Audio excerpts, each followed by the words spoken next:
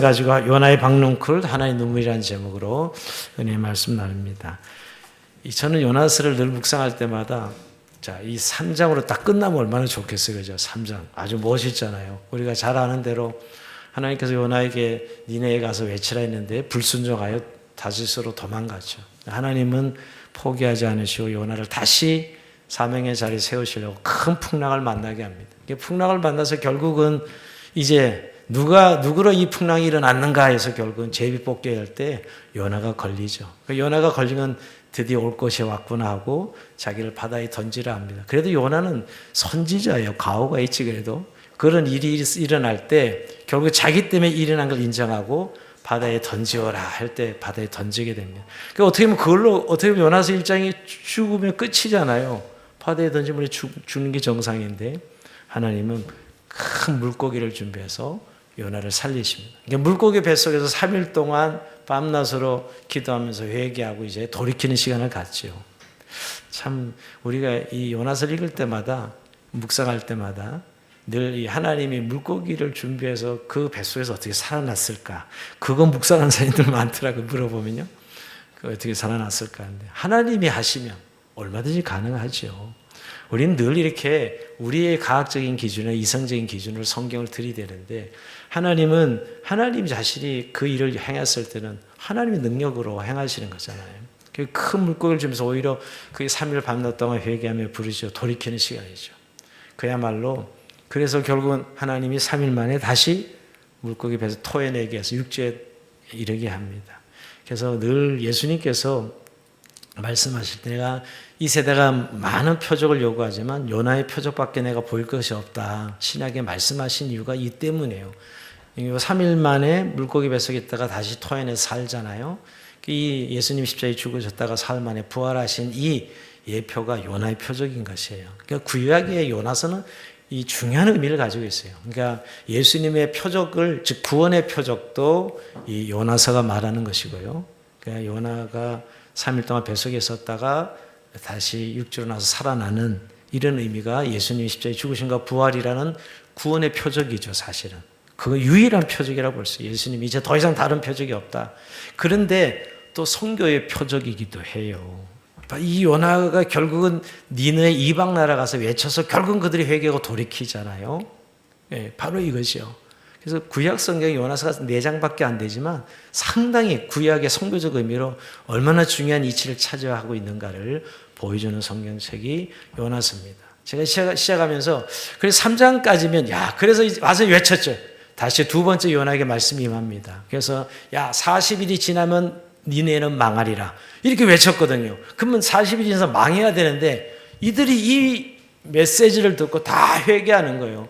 백성들이 회개하는 건 물론이고 니네 임금부터 왕부터 시작해서 막 금식하고 배옷을 입고 제 위에 앉아서 회개하면서 동물까지 금식을 시킵니다. 이렇게 전 국민적 회개가 일어나니까 하나님이 말씀하신 대로 망하게 하신 것이 아니라 그들을 회복시키시고 살려주시죠. 살려줍니다. 온 민족이 회개 기도를 통해서 하나님 앞에 살림을 받는, 구원받는. 그래서 3장으로 끝나면 얼마나 해피엔딩 멋있어요. 그런데 오늘 4장이 딱 시작됩니다.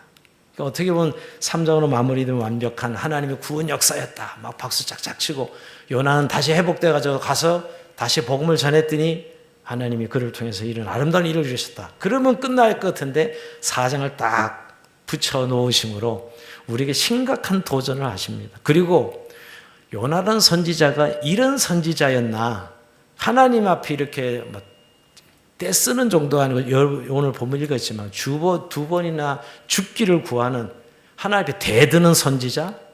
이 무슨 선지자가 이런 선지자가 다 있어 그죠? 그냥 떼쓰는 정도 서운한 정도가 아니라 하나님께 대드는 선지자 요나죠.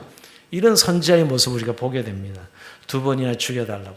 처음에 하기는 다시스로 니네로 가라 그랬을 때 다시스로 도망갈 때부터 사실은 그는 죽으면 그런 마음을 가지고 있었던 것 같아요.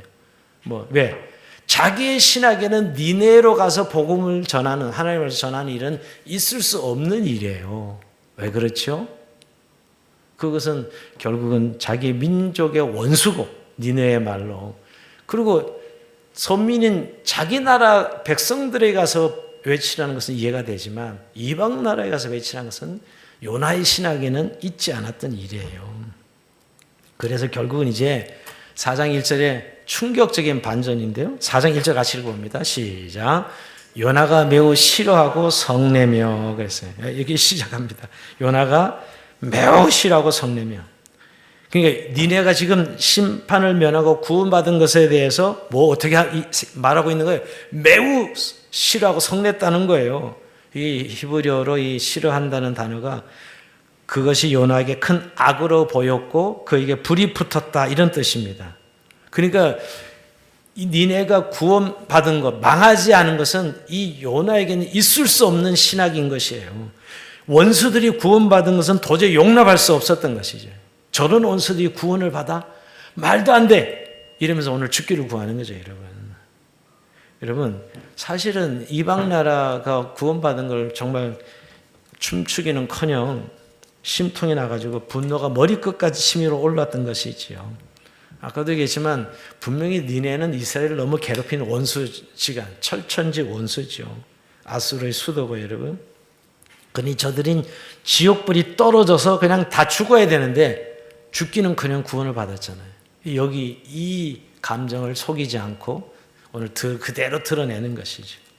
저는 가끔 일본 선교사님들에게 그런 감정을 들어요. 일본 선교사님들이 그렇게 선교 사랑하는 마음 갔는데도 일본이 과거에 우리에게 행했던 가해자이죠. 우린 피해자고 식민지를 35년 동안 받았으니까 여러분. 근데 그게 늘 걸려서 늘 사랑하라고 지금 이 일본 선교를 왔는데 감정적으로 잘 받아들여지지 않아서 굉장히 고생을 했다는 일본 선교사들 이야기를 듣습니다. 그런 거죠. 이 아수르는 망해야 되는데 이렇게 생각하는 것 때문에 오늘 이 요나가 매우 싫어하고 성내며. 여러분 오늘 우리에게도 이런 마음이 있지 않아요? 혹시 어떤 사람을 대할 때 저런 인간은 예수 믿으면 안 돼. 혹시 그런 마음이 있다면 왜 하도 나한테 해코지하고 나를 괴롭히고 나를 비난하고 이런 사람한테요?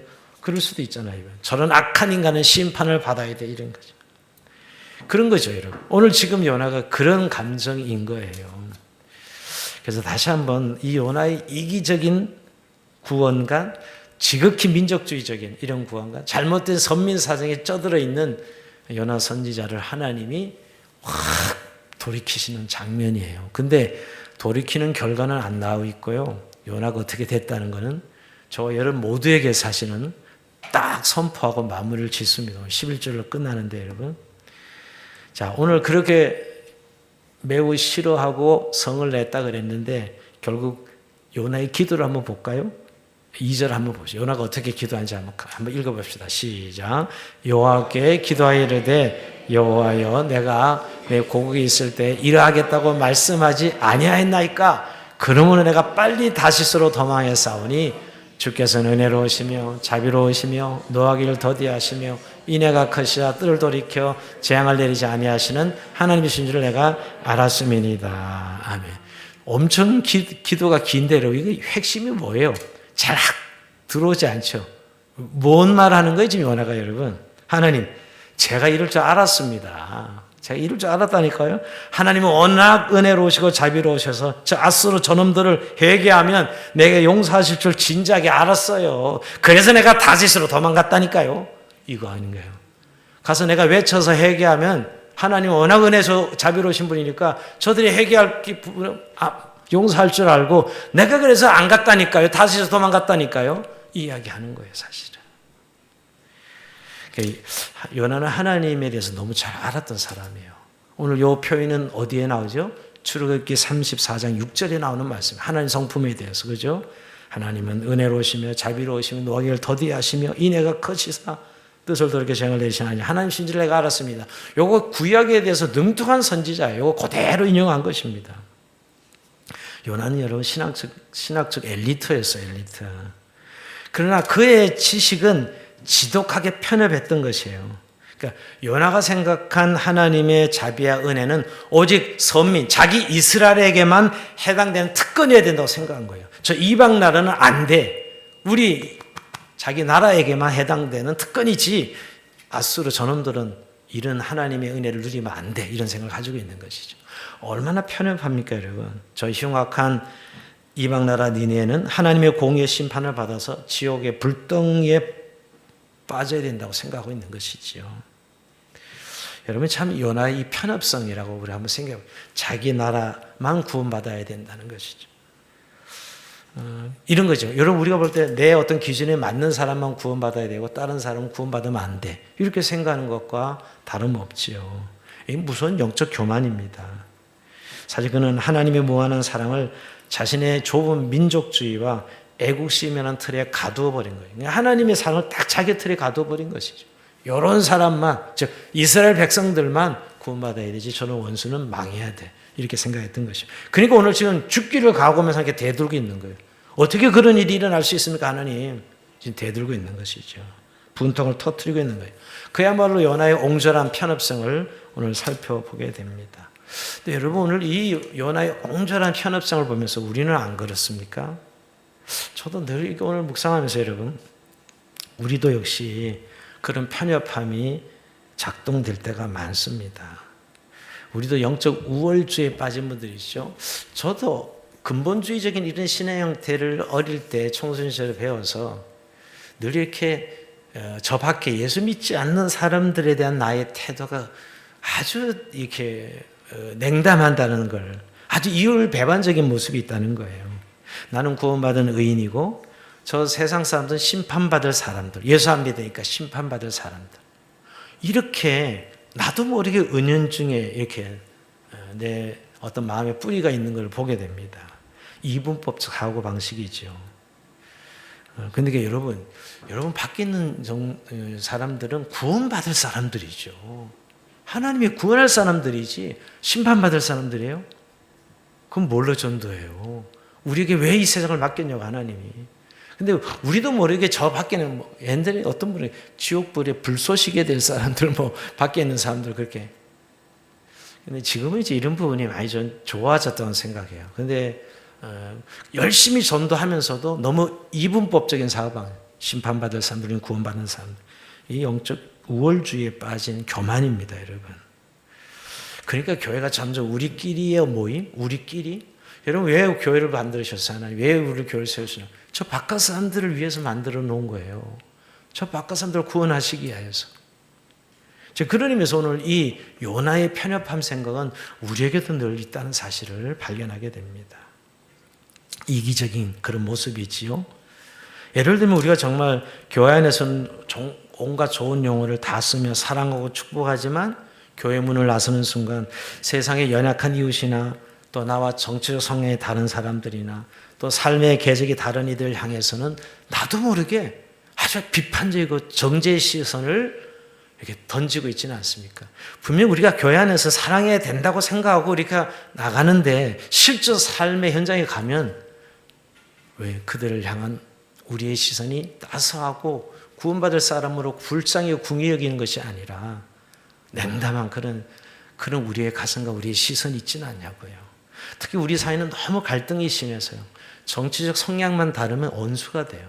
참 이 좌우의 이 싸움은 진짜 우리나라 이걸로 망할 겁니다. 이렇게 싸우면.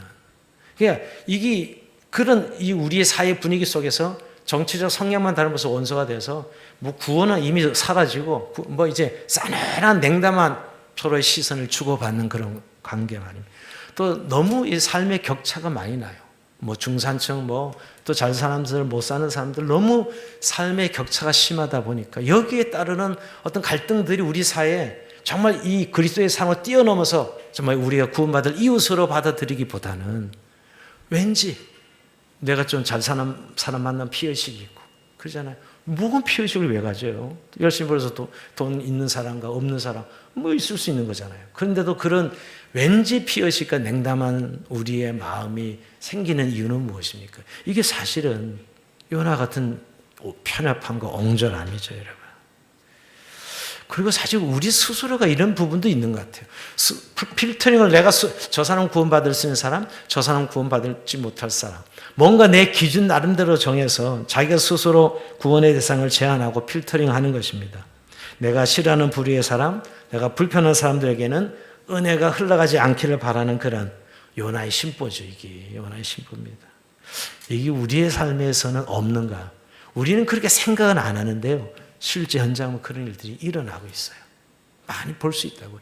이게 교회에서 너무 오랫동안 우리가 교회 이 틀 안에서만 자라서 그런지 모르겠어요. 사실은 하나님의 자비는 무한한데 그 하나님이 믿는 우리의 자비는 너무 좁아져 있다는 것이에요.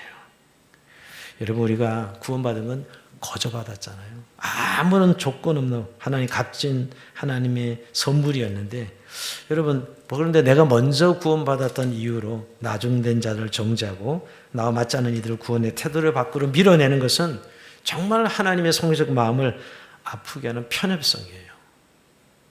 여러분, 사실은 바울이 그렇죠. 내가 복음의 빚진 자다, 내가 부득불 복음을 전해야 된다, 이렇게 이야기한 것은 그 이방인들 때문에 자기가 구원을 받았거든요. 이방인의 사도를 불름 받았기 때문에 내가 그들의 빚진 자야. 부득불 난 전해야 돼. 뭐 다른 이유가 없어요, 여러분. 내가 구원받을 수 있었던 것은 저 이방인들 때문에 내가 구원받은 거예요. 저 여러분도 동일한 겁니다, 여러분. 저 아직도 믿지 않는 세상의 사람들 때문에 내가 먼저 구원받는 것 뿐이지, 순서의 차이가 있을 뿐이지 내가 그들보다 우월하다 이렇게 생각하는 잘못된 생각이죠. 이 좁은 시야, 이 편악한 편견을 우리는 다시 한번 우리 안에 있다면 오늘 철저히 이 밤에 우리가 회개하고 돌이켜야 됩니다. 왜? 하나님이 너무너무 슬퍼하시는 마음이에요. 자, 그래서 여러분, 오늘 이렇게 결국 하나님 앞에 대들면서 뭐라고 결국 이야기하죠, 여러분? 자, 3절 볼까요?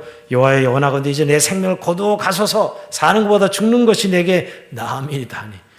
셉니다. 어쨌든 뭐 죽여달라는 게 이 요나가 좀 2번씩이나 죽여달라 그러는데 죽는 게 낫습니다. 적어도 이 자기 신학에는, 요나의 신학에는 이방 나라의 구원은 있을 수 없다는 그 신학을 끝까지 지키는 거예요. 여기에 목숨 걸고 있는 거죠, 여러분. 지금 요나가 이러면 그냥 죽여달라 그러니까 제가 하나님이라면 그냥 확 죽일 것 같은데, 제가 하나님이면 저런 교만한 놈 하고 그냥 없애버려야지 하고 그냥 하나 땅 자르면 그만인데, 4절 볼까요? 여호와께서 이르시되 네가 성내는 것이 옳으냐 하시냐. 하나님 너무 부드러운 음성으로 네가 그 성내는 게 옳으냐. 이거 중요한 질문이에요. 여러분, 하나님이 옳습니다. 할렐루야. 늘 하나님이 옳은데 우리가 생각하는 기준, 내가 가진 신학, 내가 가진 기준들, 내가 어릴 때부터 어떤 생각하는 인생관, 어떤 세계관, 이게 자꾸 내가 옳다고 생각하는 것이, 그래서 하나님에 대들 수밖에 없는 거죠. 네가 성내시 옳으냐? 아니, 하나님이 옳은 것이거든요. 이렇게 부드럽게 타일렛입니다. 그런데 오늘 이렇게 이제 결국 계속 하나님께 대들고 죽여달라는 이 요나를 향하여 하나님이 드디어 시청각 교육을 하세요. 이 요나를 좀 어떻게 이 생각을 돌이킬 수 있을까 하고 시청각 교제를 준비하는데, 3가지 시청각 교제를 준비해요. 우리는 첫 번째는 박농쿨을 준비하고요, 2번째는 벌레를 준비하고, 3번째는 뜨거운 동풍을 준비합니다. 여기 3가지 시청각 교제를 통해서 하나님이 요나의 마음을 돌이키는, 즉 하나님의 마음이 어떤 마음인지 알게 하시려고 돌이키려고 합니다. 자, 이제 요나가 어떻게 나오죠? 5절 봅니다. 요나가 성읍에 나가서 그 성읍의 동쪽에 앉아 거기서 자기를 위해 초막을 짓고 그 성읍에 무슨 일이 일어나는 걸 보려고 그 그늘 아래 앉았더라. 끝까지 포기하지 않고 있는 거예요. 저것들은 망해야 되는 거야. 40일이 지나면 무너지리라 라고 선포했거든요. 그러니까 망해야 되는데 언제 망하게 하시나 하고 지금 쳐다보고 있는 거죠. 그러고 있는 거예요. 요나도 만만한 사람이 아닙니다. 그죠? 요나도 죽기를 각오하면서 지금 자기 신학을 관철하고 있는 거예요. 저 니네는 망해야 됩니다. 이거죠. 근데 오늘 그렇게 하는 이 요나에게 하나님께서, 자, 6절 봅니다. 하나님 여호와께서 박농쿨을 예배해서 요나를 가리게 하셨으니 이는 그의 머리를 그늘이 지게 하며 그의 괴로움을 면하게 하려 하심이었더라. 요나가 박농쿨을 말며 크게 기뻐하였더니. 자, 오늘 이제 하나님께서 박농쿨을 준비해서 요나의 머리를 가리게 해주십니다. 여러분, 사막에 얼마나 뜨겁겠어요. 그런데 그늘이 지게 해가지고 괴로움을 면하게 해줍니다. 이게 시청각 교제로 하나님께서 사용하시는 건데요. 그리고 요나가 그렇게 지금 불딱지 나가지고 죽여달라고 매우 성내고 화가 났다 그랬잖아요. 매우 싫어하고 성내고 이런 감정인데, 그 박농쿨 하나 딱 가려주는 것 때문에 뭐예요? 매우 기뻐하였더라. 매우 기뻐하였더라. 이렇게 나오고 있습니다. 크게 기뻐하였다 기록하고 있어요. 이거 언어 그대로 표현하면 미칠 듯이 만족했다는 뜻입니다. 여기서도 요나의 소름 끼치는 이중성을 발견하게 됩니다. 여러분 바로 직전까지 니네의 성의 이 영혼들이 심판을 면하고 구원받을 때는 그 나라가 망한 것처럼 분노하며 차라리 나를 죽여달라 이렇게 악을 쓰던 사람입니다. 근데 이 악 쓰던 사람이 지금 햇볕에 막 뜨거운데 박넝쿨이 쫙 가려짐으로 결국 그늘 하나 생겼다고 매우 기뻐하였다 이렇게 하고 있거든요. 이런 이중성을 오늘 성경은 아주 대조시켜서 말씀하고 있는 거예요. 여러분 오늘 6절 봅니다. 7절 봅니다. 하나님이 벌레를 예비해서 이튿날 새벽에 그 박넝쿨을 갉아먹게 하심에 시드니라. 자, 이제 하나님이 그렇게 그늘을 딱 만들어서 무진장 기뻐하고 있는데 이제 뭐요? 벌레를 준비해서 그것도 자정쯤 햇볕이 쨍쨍쨍 자정쯤 벌레를 준비해서 이 박넝쿨을 갉아먹게 합니다. 그 해가 그냥 직선으로 비춰지게 되고 그 다음에 동풍이 불어오는 이제 이런 어마어마한 상황. 자, 8절 볼까요? 해가 뜰 때 하나님이 뜨거운 동풍을 예비하셨고 해는 요나의 머리에 쪼임에 요나가 혼미해서 죽기를 구하여 이르되 사는 것보다 죽는 것이 내게 나으니이다 하니라. 또다시 아까 매우 기뻐하였던 어디로 가고 그 박넝쿨 그늘이 졌다가 너무 행복해 그랬는데 벌레가 나와서 갉아먹으니까 또 미칠 듯이 괴로워서 내가 죽는 것이 낫습니다 이렇게 소리치고 있는 이 요나의 모습 말이에요. 사실 우리가 이렇게 웃음이 날 정도로 이렇게 극적인 성격의 요나를 보면서 여러분 너무너무 이중성이잖아요. 그거 하나 때문에 너무너무 기뻐했다가 또 없어졌다고 또 막 죽기를 각오하는 날 죽여주세요. 안 그래 성질나 죽겠는데 또 잠시 기쁘긴 했었는데 없어지고 그 그늘막이 없어지고 결국 막 뜨거운 동풍이 불면서 이 나를 죽여달라고 하는 이 요나의 실체 어떻게 보면 박넝쿨이 있을 때 세상을 다 가진 듯이 즐거워했다가 그것이 사라지자 또 이렇게 괴로워하면서 죽여달라고 하는 이 요나의 소름 돋는 이중성을 보게 됩니다. 여러분 어때요? 이 모습이 참 하나님은 일부러 리얼하게 그리고 있거든요 지금요. 이게 이중성이죠. 저도 이 말씀 묵상하면서 나는 이런 모습이 없나 내가 늘 생각해 보게 돼요. 보니까 저도 역시 똑같더라고요. 내게 뭔가 육체적인 편안과 또 어떤 위로가 올 때는 너무너무 기뻐하다가도 이게 사라질 때 막 분노하는 거죠. 그게 진짜 은혜였는데 그 당연한 걸로 생각하고 은혜 싹 사라지면 막 그거 왜 걷어갔냐고 하나님 앞에 얼마나 제가 불평을 하는지 그 모습을 보여주시더라고요. 근데 여러분 오늘 이런 이기적 이중성이 우리에게 늘 있습니다. 뭐냐면 여러분 우리가 정말 인류 복음화를 위해서 부르권 선교를 위해서 우리가 늘 기도하면서 하나님을 찬양하지 않습니까? 그런데 정작 우리의 인생에 정말 하나님 앞에 행복과 분노를 결정하는 기준은 이렇게 작은 내 머리 위에 박넝쿨이 있느냐 없느냐에 따라 막 분노하기도 하고 기뻐하기도 하고 이런다 이 말이에요. 좀 돈이 좀 들어오면 와 하나님 은혜스럽다. 돈이 좀 사라지면 막 분노해서 막 불평 원망하고 이런다 이 말이에요 사실은. 정말 우리가 늘 하나님 앞에 우리가 소명을 다하고 정말 선교하는 삶을 살고 이렇게 분명히 기도하고 그 정도 레벨이잖아요 여러분 우리가. 그런데 실제 내가 기뻐하고 행복해하고 분노하는 이유는 아주 작은 일상에 이런 불편한 것들에 있다는 것이죠. 그리고 우리가 어떤 사람 정말 어렵게 사는 사람들을 만나면 그냥 기도하겠습니다 이렇게 너무너무 어려운 분들을 보면 그렇게 이야기하잖아요. 그렇게 뜨겁게 그게 반응하지 않습니다. 우리는 있을 수 있는 일, 이것도 좋아지겠지. 그리고 기도까지 하는 분들이 있습니다. 그러나 여러분 정말 그걸로 아파합니까? 주님의 심장으로 아파하진 않죠. 근데 여러분 내가 가진 주식이 폭락을 했어 만약에 그러면 얼굴이 금방 보여요 좀. 그래서 가끔 주식하는 분들 아침에 얼굴 보면 주식이 떨어졌나 보다.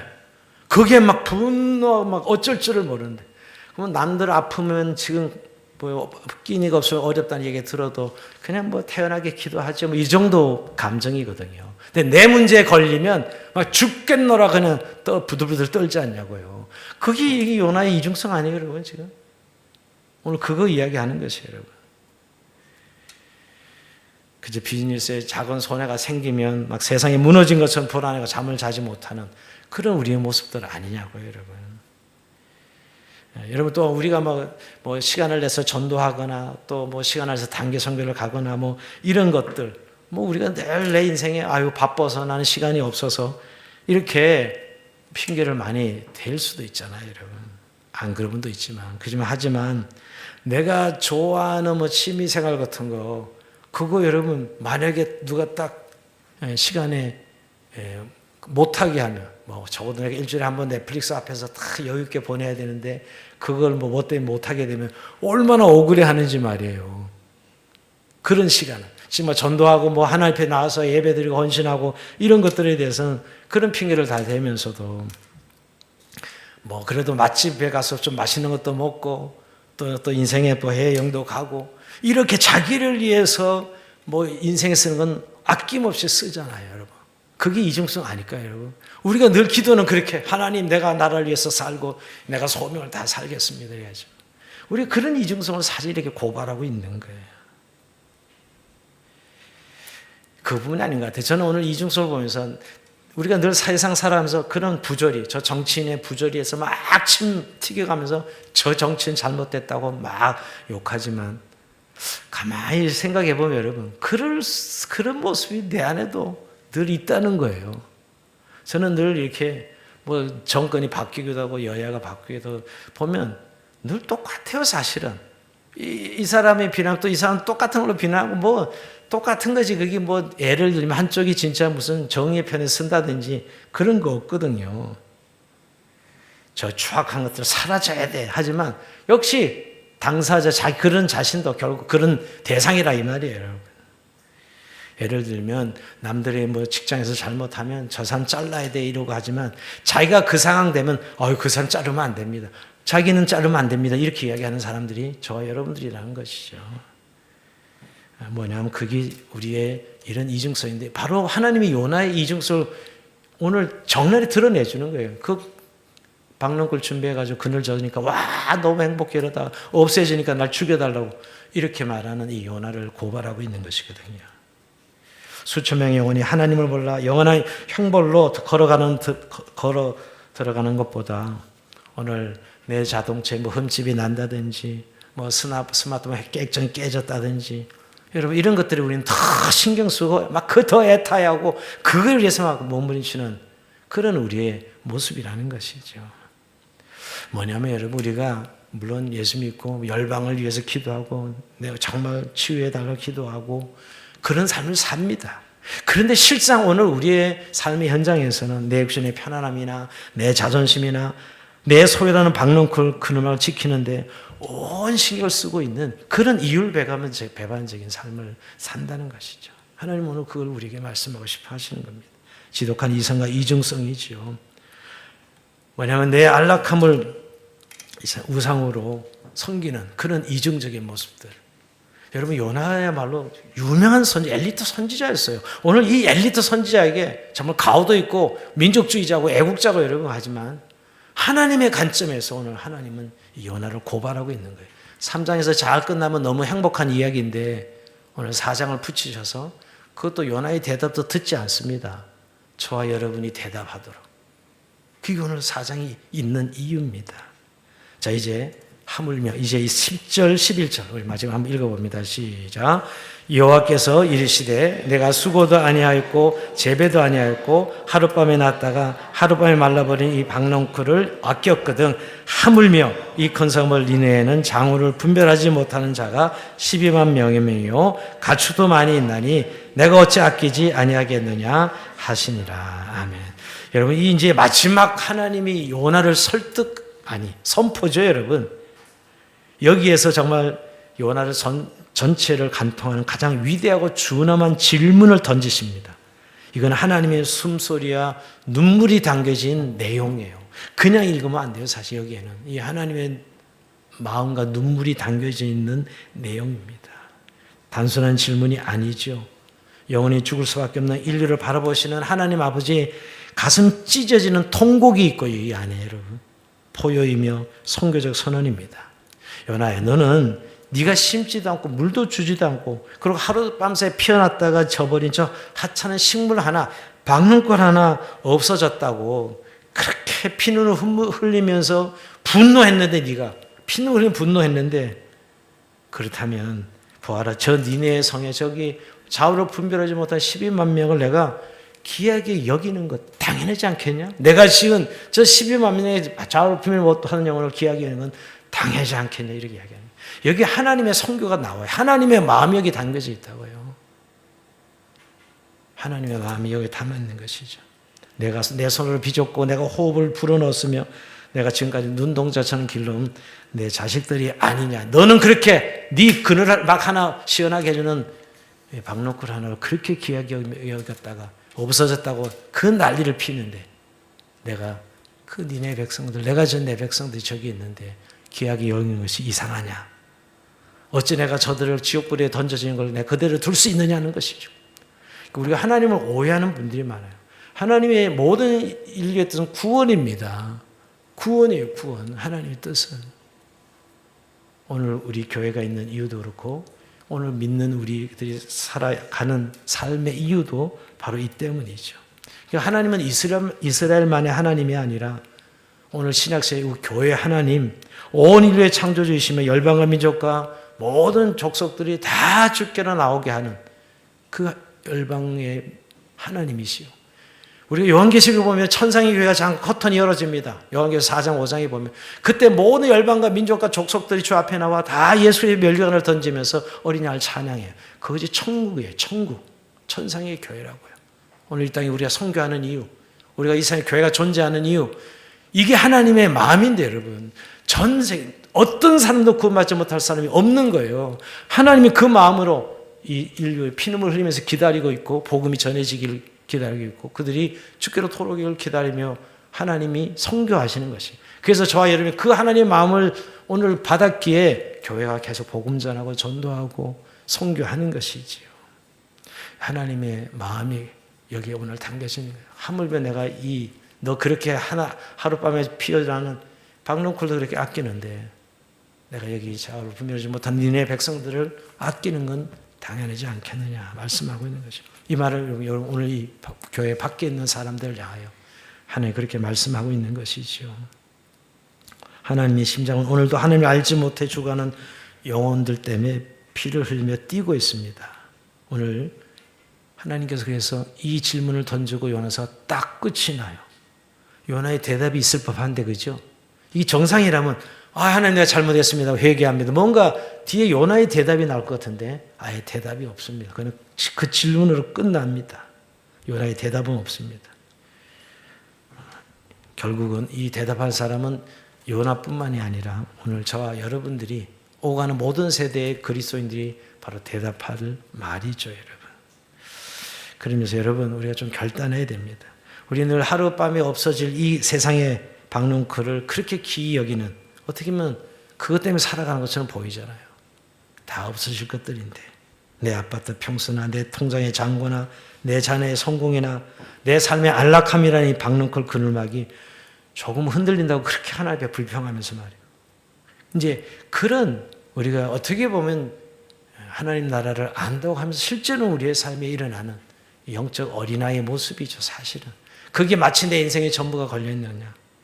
그런데 하나님은 정말 하나님 눈물이 고인 곳에 하나님의 마음이 있는 곳에 우리의 시선과 마음이 가 있기를 원하는 것이죠. 하나님의 마음이 뛰는 곳에 우리도 같이 뛰기를. 하나님은 어디에 관심이 있느냐. 여러분 물론 이 교회는 자기 몸이에요. 여러분 그 사랑과 그 은혜는 말할 것도 없지요. 제가 이걸 부정하는 게 아니라 그러나 하나님 여전히 아직도 구원받아야 될 세상을 향하여 하나님은 뛰고 계신 거예요. 하나님의 선교라고 부르는 이유가 뭐예요? 선교를 하나님의 선교라고 말하는 이유는 그거예요. 하나님이 주권을 가지고 계시고 세상 인류 구원을 향해서 이방인의 숫자가 차기까지 선교사의 숫자가 차기까지 이런 그리스도의 재림의 날이 결국 그 카운트다운 하고 있는 시간에 우리가 저 여러분이 살아가고 있는 것이거든요. 여러분. 하나님의 마음은 그 마음을 뜨겁게 되어 있는 것이죠. 하나님의 눈물이 고인 것을 우리의 눈물이 고이기를 원합니다. 하나님의 심장이 뛰는 곳에 우리의 발걸음이 닿기를 원하고요. 그러면서 영혼 구원은 한 프로그램이 아닙니다. 사실 우리가 전도와 선교는 우리의 삶의 존재 이유고 교회가 있는 이유입니다. 그 하나님의 마음과 하나님의 행위를, 즉 하나님의 현현과 현재를 드러내는 그 자체가 사실은 바로 선교의 전도이지요. 그래서 여러분, 오늘 우리를 사실은 하나님이 교회 안에 가둬두지 않고 이 세상에 이 니네로, 여러분의 니네는 어디입니까? 여러분의 가정이 여러분의 니네고, 여러분의 학교가, 여러분의 직장 생활이, 여러분의 사업장이 니네인 것이죠. 그때 여러분 그들과 함께 하면서 따로 구분되어 있는 게 아니에요. 저 사람은 안 돼가 아니면, 가끔 우리는 저 사람은 뭐 저렇게 강팍한데 어떻게 예수를 믿겠어? 여러분, 우리가 이런 자세로 있는 것이 아니라 하나님은 그런 사람들을 위해서 십자가에 내가 죽었다라고 말씀하고 계시는 것입니다. 그래서 여러분, 오늘 내 삶의 존재 가치 이유가 정말 오늘 이 선교에 있는가 하는 것입니다. 이건 무슨 이념이나 사상도 아니고요.